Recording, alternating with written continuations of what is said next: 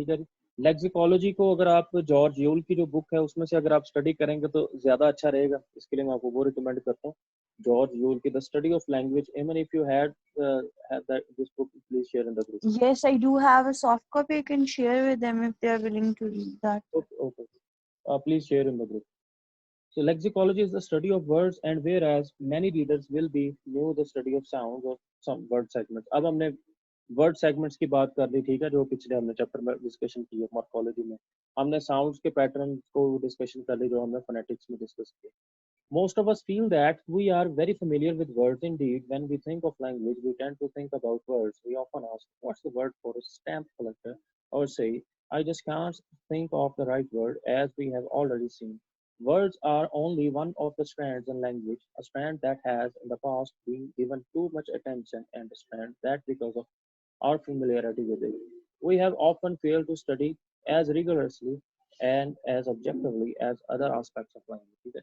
तो जब हम कोई भी लैंग्वेज जब हम बात करते हैं तो लैंग्वेज का ताल्लुक तो अल्फाज के बगैर तो मुकम्मल नहीं होती ना जुबान। तो जुबान के जो अल्फाज होते हैं, जब हम लफ्ज़ों के ऊपर जाते हैं और उन अल्फाज की जब हमने स्टडी करनी है कि ये लफ्ज़ जो हैं वो कैसे आ गए हमारी लैंग्वेज के अंदर, कौन से लफ्ज़ को क्या कहा जाता है, ठीक है, तो ये वाली जो डिस्कशन होती हैं ये सारी लेक्सिकोलॉजी के अंदर होती है, ठीक है। What do you mean by word, ठीक है, वर्ड क्या होता है। In spite of our familiarity with words, it is not always easy to say what a word is. Certain scholars have suggested that a word can occur in isolation. This claim has some validity, but would a or my or if normally occur in isolation, they would not, and yet we would like to think of such items as words. Others have suggested that a word contains one unit of meaning. This is perhaps true if we think of words like car or snow, but when we think of sets of words like cow, bull, and calf, or Eve, ram, or lamb, we become aware that the first set might be regarded as follows. ठीक है जी। For example word is cow, cow का अब आपको पता है noun है अब, ठीक है, बोवाइन फीमेल, ठीक है। Next is bull, again noun, ठीक है, बोवाइन मेल, कॉफ।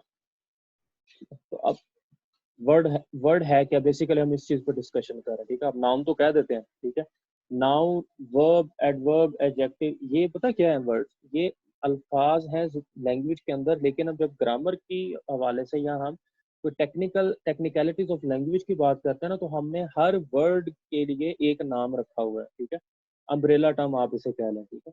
अब एक अम्ब्रेला टर्म का मतलब होता है कि एक टर्म है फॉर एग्जांपल नाउन, तो उसके नीचे नाउन की कितनी कैटेगरीज हैं, ठीक है। एब्स्ट्रैक्ट नाउन है, कंक्रीट नाउन है, ठीक है जी, मटेरियल नाउन है, कितने नाउन उसके जो है वो अंडर उस आ जाते हैं। तो ये अम्ब्रेला टर्म होती है। लेकिन जो अम्ब्रेला टर्म्स अब हमने उनकी डिस्कशन करनी है कि वो किस तरीके से बनते हैं, ठीक है, या वो किस तरीके से हम उनको जस्ट उनकी स्टडी करेंगे। We could establish similar patterns or for the second set. It would be hard to say, looking at our patterns, that the word cow contains only one unit of meaning। ठीक है, तो cow का जो है वो one unit of meaning है, ठीक है। वो किस तरीके से मतलब वो नाउन भी है, ठीक है, वो बोवाइन भी है और वो फीमेल भी होगी। A better approach to defining words is to acknowledge that there is no one totally satisfactory definition।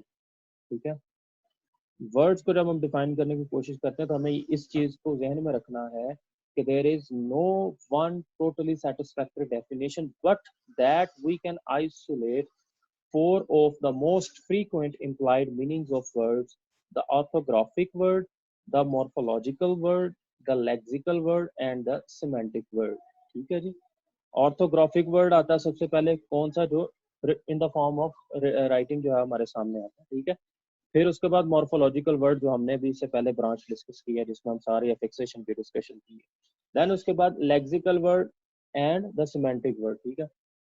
अब इनकी आगे डिटेल देखते हैं। An orthographic word is one which has space on either side of it. Thus, in previous sentence, we have 14 orthographic words। ठीक है, 14 word हमारे पास orthographic। This definition applies only to the written medium. However, because in normal speech we rarely pause between words. Nevertheless, even in speech, it is possible to isolate words by pausing between them। ठीक है जी। जो orthographic के अंदर क्या होता है, ये जो रिटन लैंग्वेज हमने पढ़ी है, तो इसका एक रूल है और ये आपके सामने ही है कि इसमें एक वर्ड और दो वर्ड उनके दरमियान जो आपने पॉज देना है, ठीक है, फिर आप अगला वर्ड जो है वो प्रोनाउंस करते हैं। Next one is morphological word. जब हम मॉर्फोलॉजिकल वर्ड पे आते हैं तो it is a unique form, it considers form only and not meaning.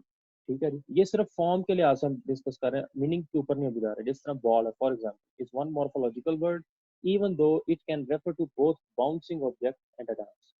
ठीक है जी, बॉल के जो सिमेंटिक मीनिंग है, सिमेंटिक पे जब हम आते हैं ना तो it is called the study of meanings in a language, तो इट इज कॉल्ड सिमेंटिक। ठीक है, तो वो जो सिमेंटिकली अगर हम if we discuss it, the word ball it has multiple meaning. For example the, ठीक है, ball as an object as a noun and ball as a verb, ठीक है, इट्स अ डांस और एज अ नाउन, ठीक है, dance party. इस ball का जो है वो आपने प्राइड एंड प्रेजुडिस के अंदर भी पढ़ा होगा।